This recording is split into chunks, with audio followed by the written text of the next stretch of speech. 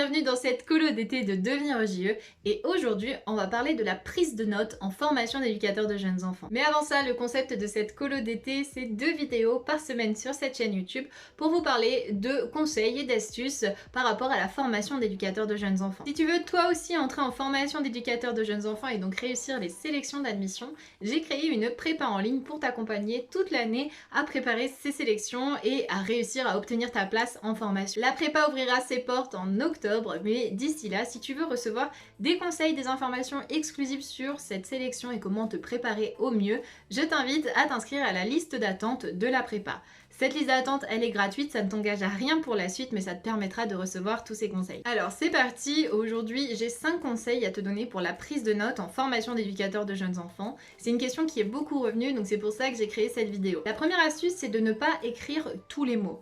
La base en fait de la prise de notes, c'est d'aller plus vite quand on prend des notes et pour comprendre une idée, on n'a pas besoin de tous les mots comme quand on parle à l'oral, on peut s'autoriser à en enlever quelques-uns. Donc c'est important d'ancrer déjà dans ses habitudes, de faire pas mal de listes à puces par exemple avec des tirets, de synthétiser les idées, d'enlever peut-être les articles dans les phrases, de faire des schémas.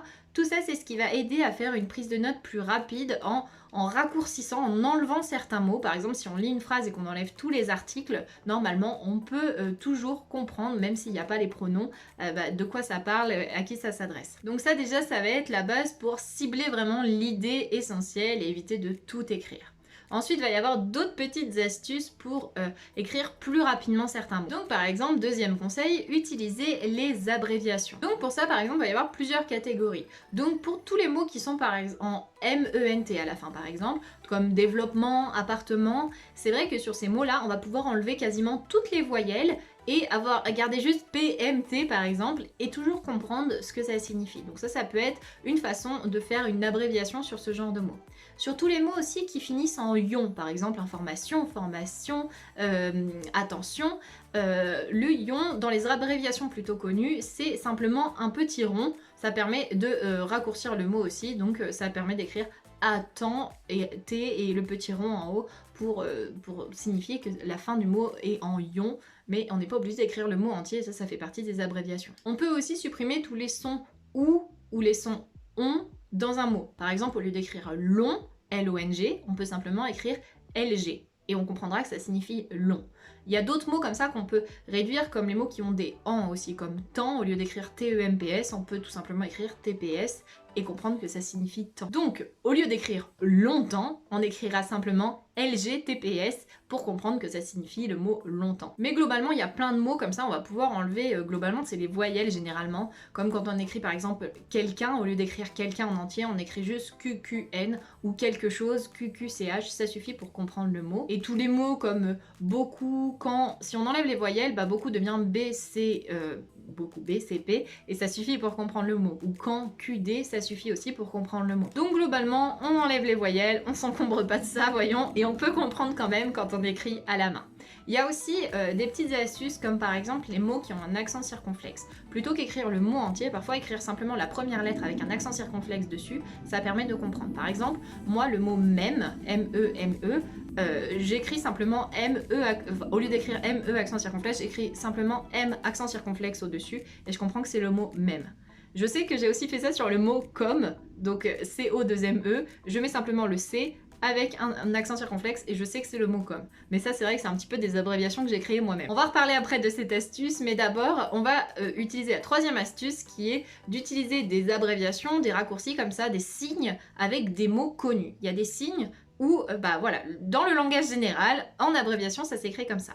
Par exemple le mot travail, au lieu d'écrire travail, le signe pour dire le travail, c'est un W avec un trait au-dessus. Comme work, le mot en anglais, avec un trait au-dessus. Ça signifie travail et c'est régulier, même moi dans mon travail, de voir ce signe écrit là pour parler du mot travail. Et ça, il va y en avoir plein, je vais vous en dire quelques-uns, mais je vous invite à faire des recherches pour en trouver d'autres et pour les ancrer un petit peu, et il va falloir s'entraîner après pour les utiliser. Donc par exemple, le mot attention, on va simplement faire le panneau attention, donc le triangle avec le point d'exclamation dedans. Pour écrire plus ou moins, par exemple, il faut mettre plus et moins. Moi, ce que j'aime bien faire, c'est plus avec un slash entre les deux et moins en dessous. Ça c'est mon signe pour dire plus ou moins et c'est quelque chose d'assez connu.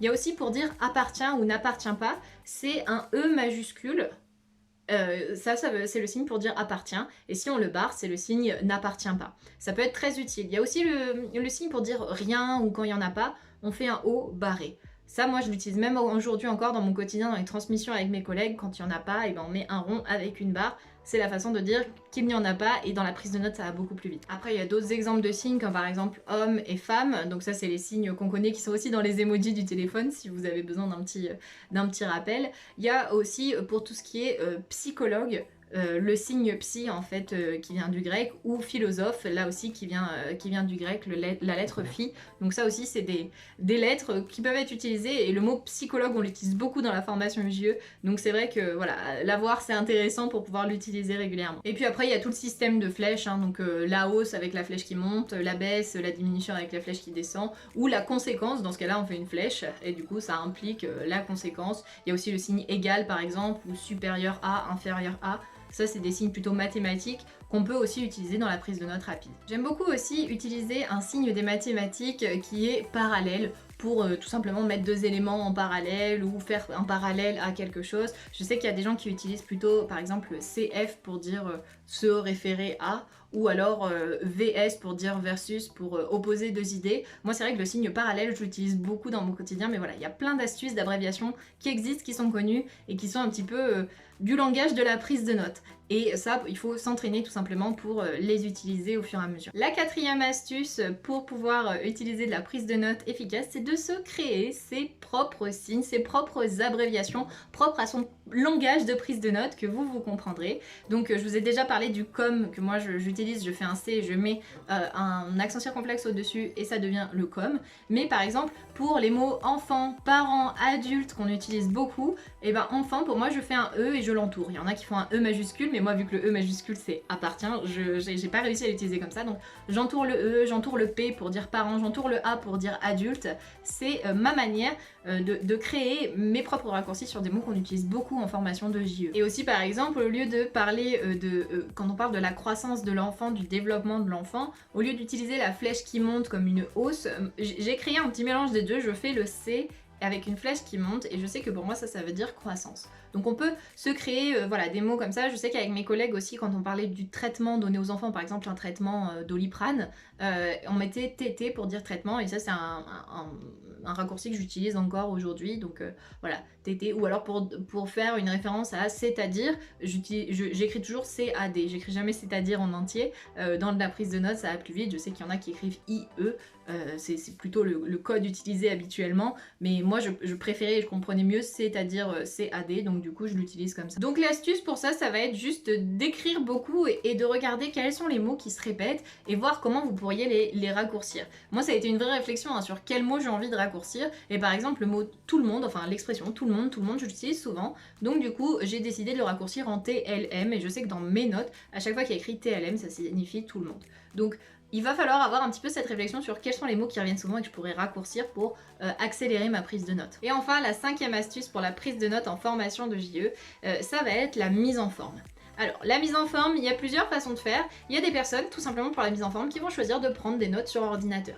Donc tout ce qui est schéma, abréviation, ça va être beaucoup moins facile sur ordinateur, et surtout, ça va avoir un peu moins de sens parce qu'on écrit globalement plus vite à l'ordinateur généralement qu'à la main. Mais pour des personnes qui pourraient prendre à la main, moi le code couleur, enfin j'utilise beaucoup de code couleur pour la mise en forme. Donc ça c'est un code couleur que j'ai appris au CP et j'ai été très formatée là-dedans et je l'utilise encore aujourd'hui. C'est de mettre les titres en rouge, le texte en bleu, les exemples en noir, les définitions ou les citations en vert. Ça a toujours été ça, et les choses importantes en rouge.